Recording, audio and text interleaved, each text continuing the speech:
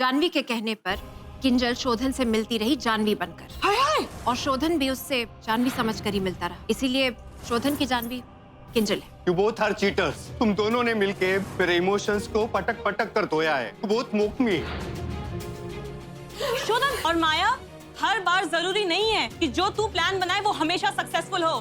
At least किसी की personal life में अपनी लीडरशिप स्किल्स मत दिखाया कर। ये जानवी सेठ बहुत उड़ रही है ना। चल चल के इसको लाइन पर लाते हैं। चल। आंटी जी, अंकल जी, जो होना था वो तो अब हो ही गया। हम लोग भी सच बोलने के चक्कर में जानवी की बहुत बातें सुन चुके हैं, पर हम लोग भी क्या करें। इस तरह से आप सबका और शोधन और किंजल का हमें दिल तोड़ना अच्छा नहीं लग रहा था बिल्कुल भी। इसीलिए ऐसे हिम्मत करके आपको सब कुछ सच सच बता दिया। हम लोग जानते हैं कि आप लोगों ने बहुत सपने देखे होंगे जानवी की शादी के लिए, बहुत उम्मीदें होंगी आपकी। हम समझ सकते हैं कि आपके दिल पर क्या बीत रही होगी, लेकिन आंटी अभी के लिए प्लीज जानवी को माफ कर दीजिए। Please uncle.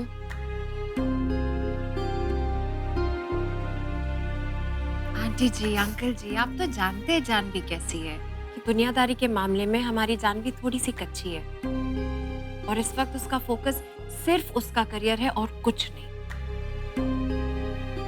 ऐसे हालत में उसके साथ जबरदस्ती करना कि तू शादी कर ले सही नहीं होगा ना।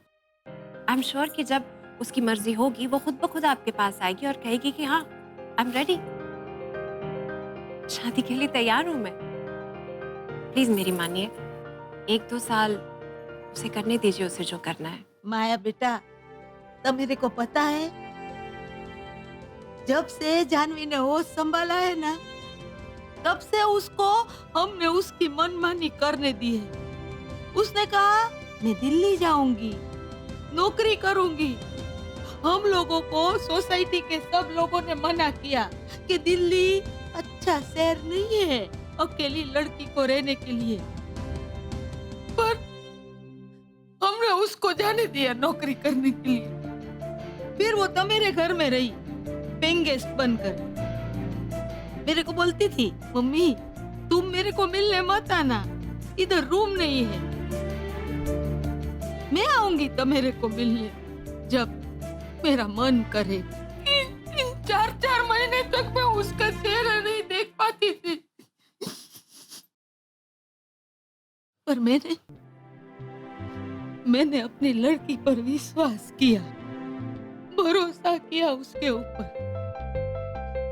फिर उसने तरक्की की और पेइंग गेस्ट से बंगलों में आ गई।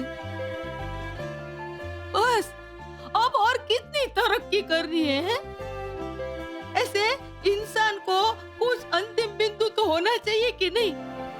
अगर ऐसे ही इंसान तरक्की के बारे में सोचता जाएगा तो उसको तो जितना मिलेगा उतना कम ही लगेगा ना। आंटी, जानवी बहुत स्पेशल है। देखिए वो बहुत आगे तक जाएगी। उसमें जितना हंगर और डिटर्मिनेशन है ना, उतना शायद ही हम में से किसी में भी होगा। एग्जैक्टली। अंकल आंटी प्लीज उसे अपने हाल पे छोड़ दीजिए ना, उसका जो मन करता है करने दीजिए। है पर बेटे तुम सभी काम करती हो ना, तुम्हारे भी अपने सपने हैं जिसे पूरा करने की तुम कोशिश करते हो। होने चाहिए, मैं मानता हूं सपने होने चाहिए, सपने देखने चाहिए, पर काम और परिवार, बेटा मेरा मतलब है प्रोफेशनल लाइफ और पर्सनल लाइफ बैलेंस करना, यही तो जिंदगी का नाम है। वरना पता चला कि उम्र भर बस काम ही करते रहे और जिंदगी तो जिए ही नहीं। अच्छा बेटा मुझे एक बात बताओ, तुमने सभी ने शादी की है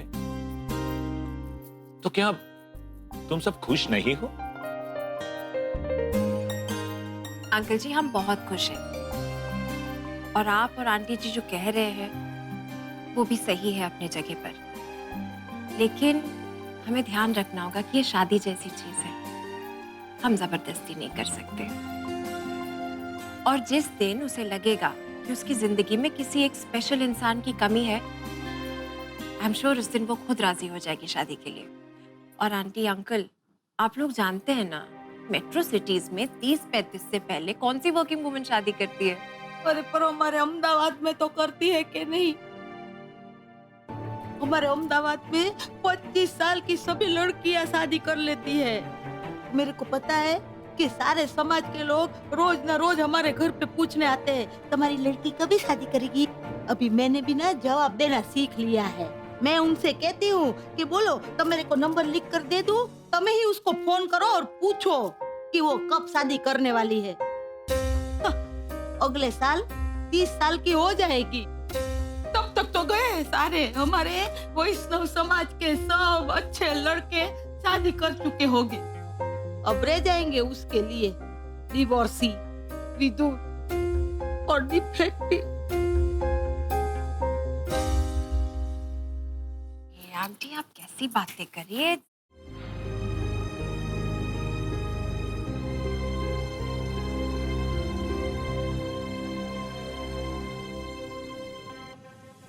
हम चलते हैं। आंटी जी, अंकल जी, नमस्ते। जय श्री कृष्णा। जय श्री कृष्ण।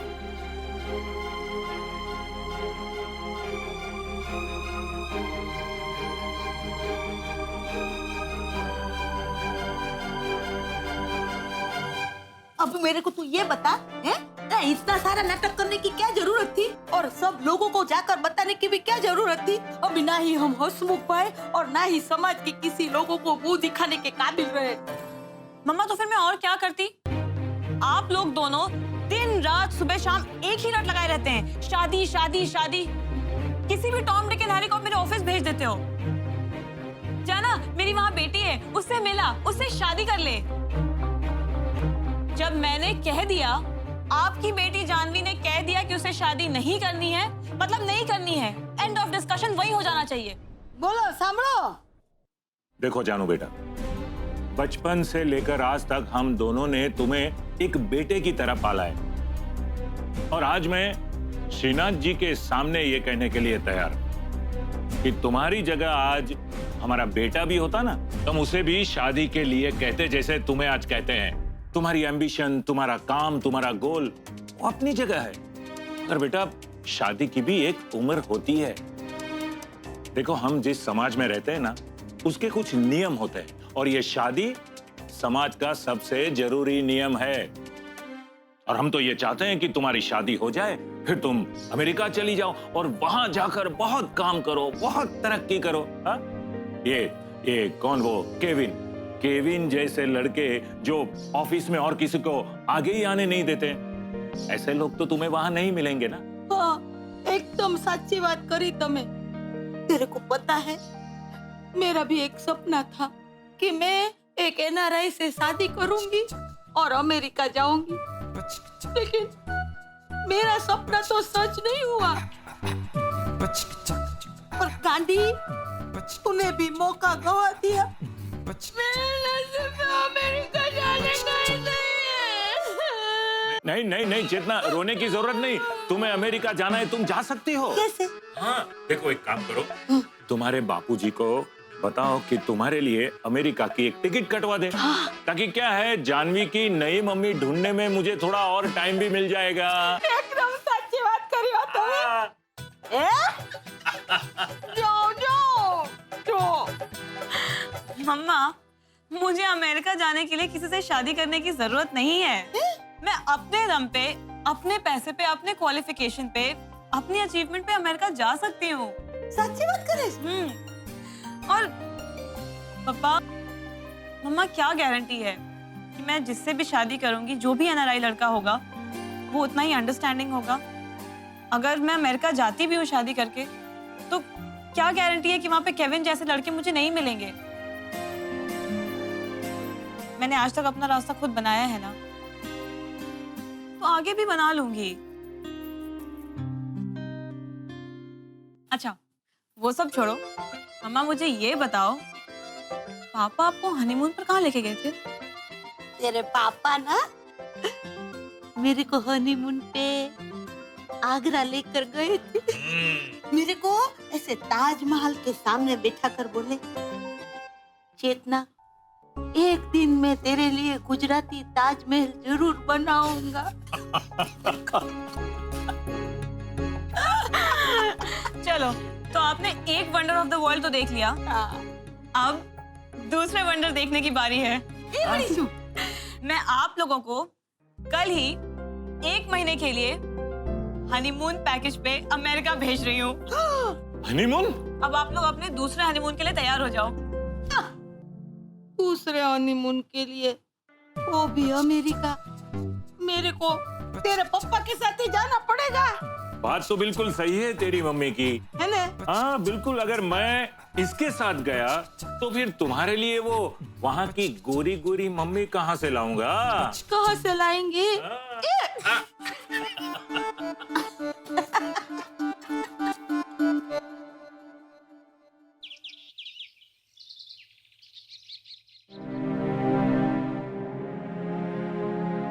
अरे देशो, 10 बज गए, नहीं कुछ उठा नहीं?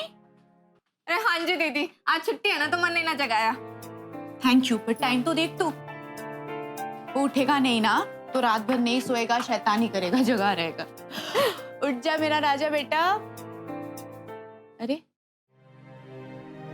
इसका तो बदन तप रहा है। देशो, देखना 1 मिनट, बुखार तो नहीं है? अरे दीदी, इसका तो सर तप रहा है। मैं डॉक्टर को कॉल करती हूँ। ओह, आप घबराओ मत ना दीदी जी, मैं अभी पानी की पट्टी कर देती हूँ, उससे ठीक हो जाएंगे।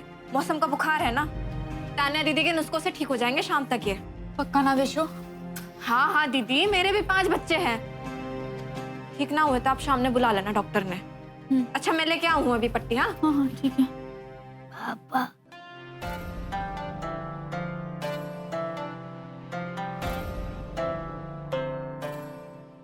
पापा आप कहाँ हो? पापा, बेटा पापा आ जाएंगे, आप ठीक हो जाओ जल्दी से। हाँ अभी सो जाओ आप।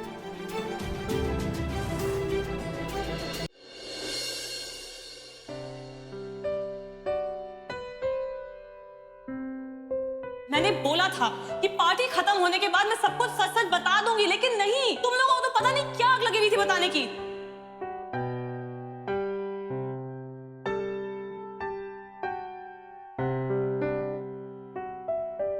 सॉरी गाइज, आई नो तुम लोग मुझसे बहुत अपसेट हो। अच्छा किया तुम लोगों ने जो सबको सच सच बता दिया, वरना फालतू में ये बात इलोंगेट होती। I am really sorry. तुम लोग मुझसे अपसेट हो ना, प्लीज मुझे माफ कर दो। एक बार मैसेज तक नहीं किया तुम लोगों ने, बात करो मुझसे at least. I am really sorry. माफी मांगने की कोई जरूरत नहीं है, बस आगे से गुस्सा कंट्रोल में। माया से ब्रीद इन ब्रीद आउट सीख ले।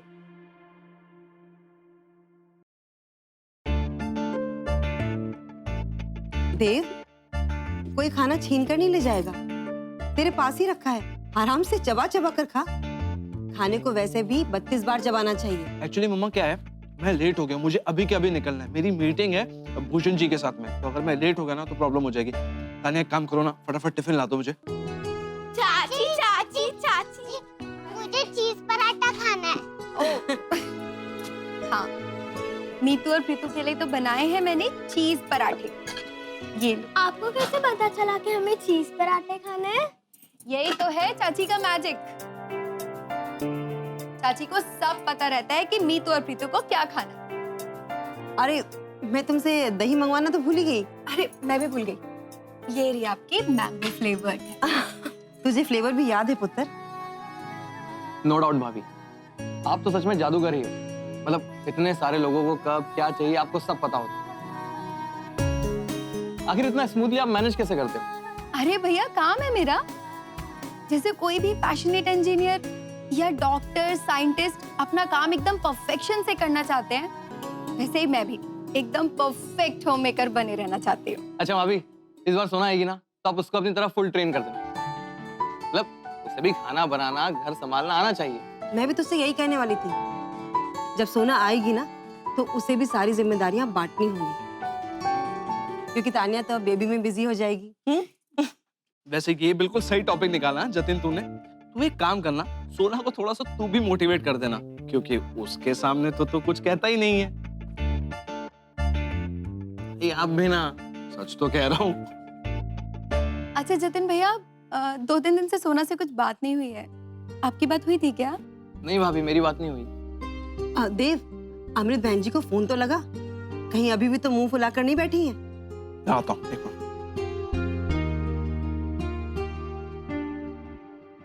कोई रिप्लाई नहीं है। ऐसा क्या हो गया कि फोन नहीं उठा रही हैं? ट्राई कर फिर से।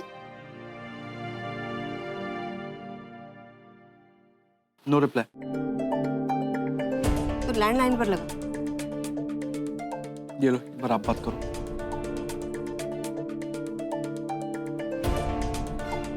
हेलो, कौन? बबलू? हाँ, मैं सुमित्रा आंटी बोल रही हूँ, सोना दीदी की सास। कहाँ है सब लोग? क्या सब लोग हॉस्पिटल गए? क्या हुआ? क्या सोना को बेटा हुआ?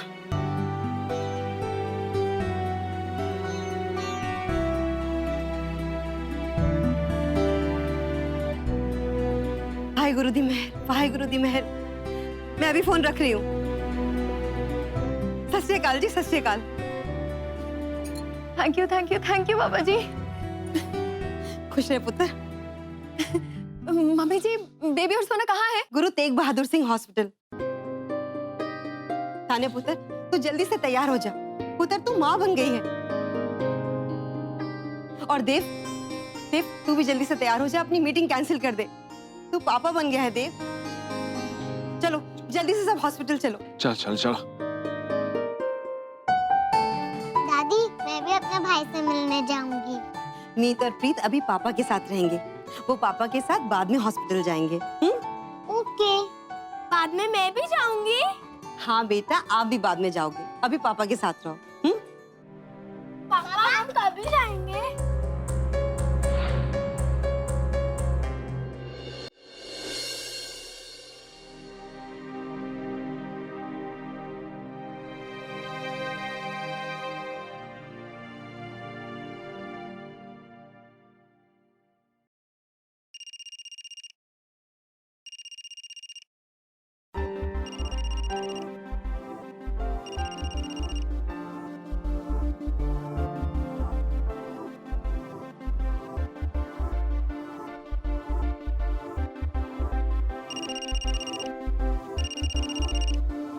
कम ऑन माया, फोन उठा। अब मान भी जाओ ना जाने मन, इतना करो ना सितम। देख यार, अब तो टीटी ने भी मुझे माफ कर दिया है। तू कब तक नाराज रहने वाली है मुझसे? मेरा मन नहीं लग रहा तुझसे बात किए बिना। मैं कह तो रही हूँ कि तुम लोगों ने सब कुछ सच सच बताकर सही किया, लेकिन अब तू बात तो कर मुझसे। कब तक नाराज रहने वाली है?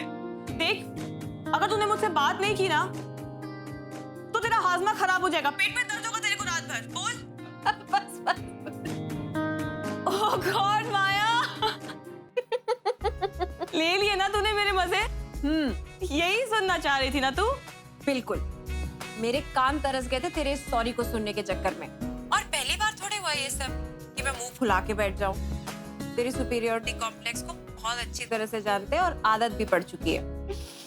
लेकिन पता है क्या, ट्रूली स्पीकिंग, इस इंसिडेंट से मुझे बहुत फायदा हुआ है। कम से कम मेरे मम्मी पापा किसी लल्लू पंजू को तो नहीं भेजते रहेंगे मुझसे शादी करने के लिए। और पता है क्या, मैंने ना उनको 1 महीने के लिए यूएस टूर पे भेज दिया है। वो वहां पे रह के मस्ती करें, और जब तक वो वहां पे रहेंगे ना, कम से कम उनके ऊपर से शादी का भूत तो उतरा रहेगा।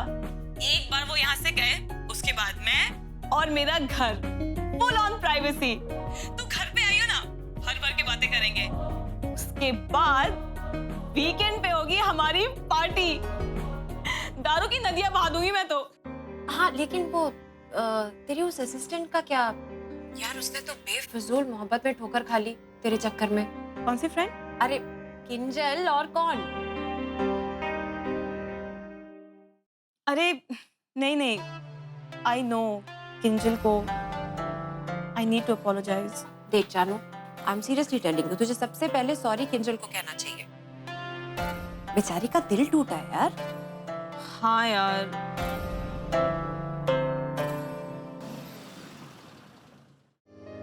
Excuse me ma'am, maternity ward किस तरफ है? आगे से राइट।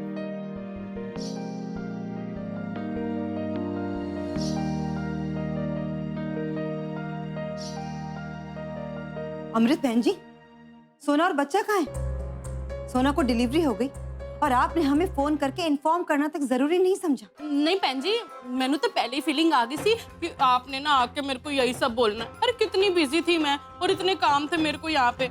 बच्चा तो बहन जी कल ही डिलीवर हो गया था। कैसे है सोना और बेबी कहाँ है? सोना बिल्कुल ठीक है और बच्चा तो अंदर इंक्यूबेटर में है ना। Incubator? Excuse me doctor, 1 second. Actually आपकी एक पेशेंट है सोनाक्षी टंडन, उनकी अभी अभी डिलीवरी हुई और बेबी इंक्यूबेटर में। क्या हम उनसे मिल सकते हैं? मैं उसका चाचा हूँ। आई एम सॉरी, पर बच्चे को इन्फेक्शन था, इसलिए उसे अभी इंक्यूबेटर रूम में रखा गया है और अभी आप लोग उससे नहीं मिल सकते। कैसा इन्फेक्शन डॉक्टर? सब कुछ ठीक तो है ना? बच्चा नॉर्मल तो है ना? एक्चुअली बच्चे को जॉन्डिस था।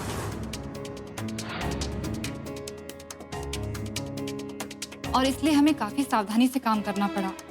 डिलीवरी देर से होने के कारण बच्चे को सांस लेने में काफी प्रॉब्लम हो रही थी। चाइल्ड स्पेशलिस्ट डॉक्टर अभी उसे मॉनिटर कर रहे हैं, लेकिन जब तक डॉक्टर अलाउ नहीं करेंगे तब तक मैं आप लोगों को मिलने के लिए हाँ नहीं कर सकती। I am sorry. Thank you so much doctor. Baba ji, मेहर करना मेरे बच्चे पर।